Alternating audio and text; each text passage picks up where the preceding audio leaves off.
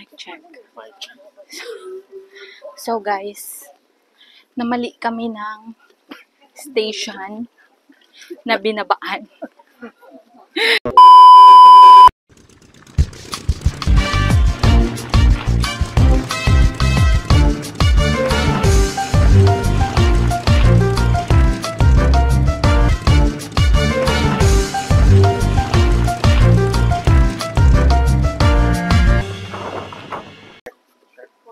Mic check.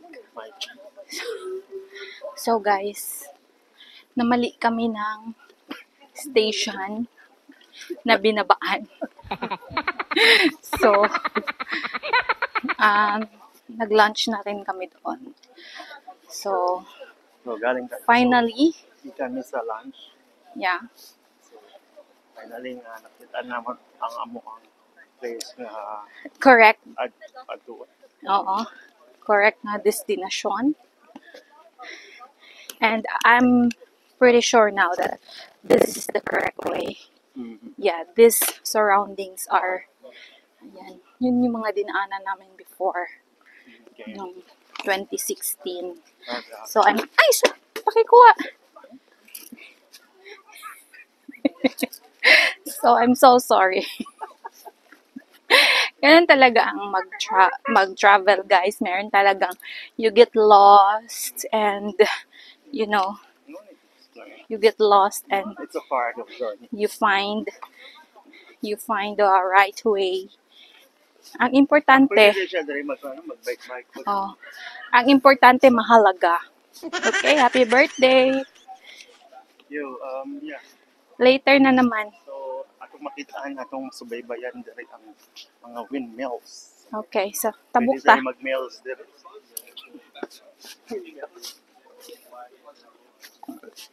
So tabuk ta. Okay?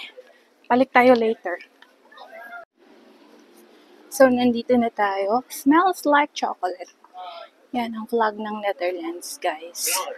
Video ng So, ilang windmill. yan yung windmill nila. Windmill. Yan, ganyan. So, pupuntahan natin yung Ito na mo. place Montar. na, yeah. Tuyok na siya. Mm-mm. Ha? Yeah. Puntahan natin yung Sa kadya. place na maraming ganyan. Okay? A few moments later. So, ayan, nandito na tayo. Nandito na tayo, guys. Nana ka? Yeah. Asam ta diri. 10 minutes. 10 minutes walk. Napata sa bridge. Tabi kasi mga ipit ka sa bike. Okay. Alright. So, Let's do it. andyan na siya, oh. Yan. Diyan. Okay, kaya hang sa lawal, oh. Yan. Yan, andyan siya, oh. Yan, dyan tayo pupunta.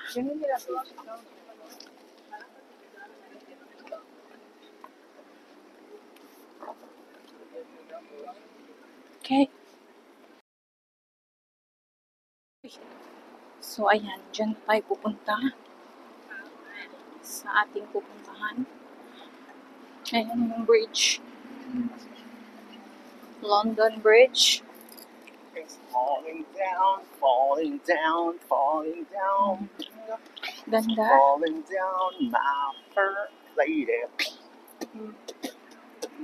Yan, may mga windmill na nagano. Ayan, so we arrive at our destination. Dito na tayo. So, you can see here. Zanse. Ayan. Zanse Ganda. Museum. Ayan mga building nila.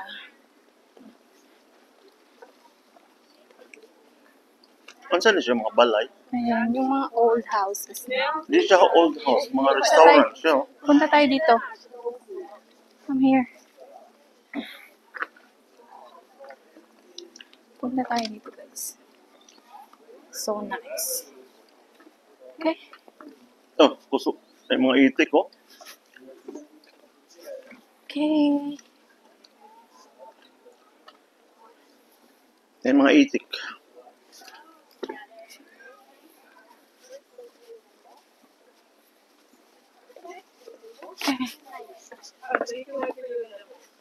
Yeah. Yung mga Ha? style ng bahay nila. Preserve nila yan. Ayan. So, ganito ang village nila, guys.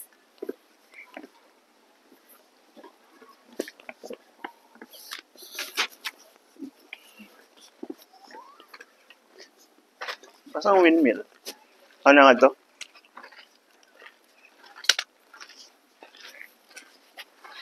Video mo. Ano ka video? Ha? Mm-hmm. Nakasilagyan ng gamay. Siguro, nagaghalwan din ba? No?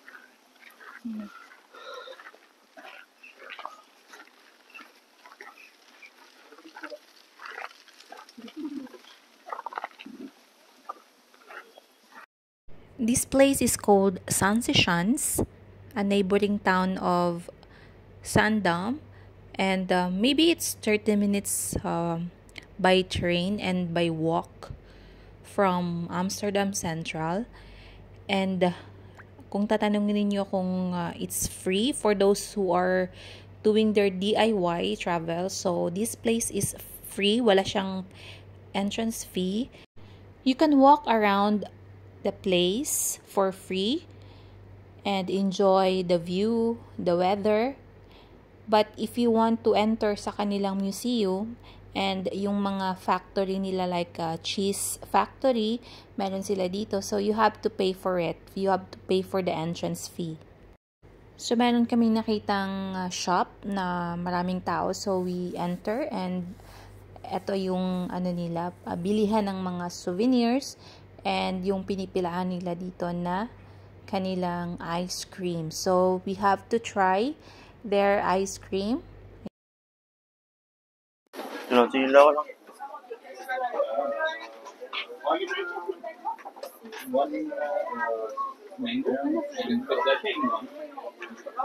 Pinakalamig niya.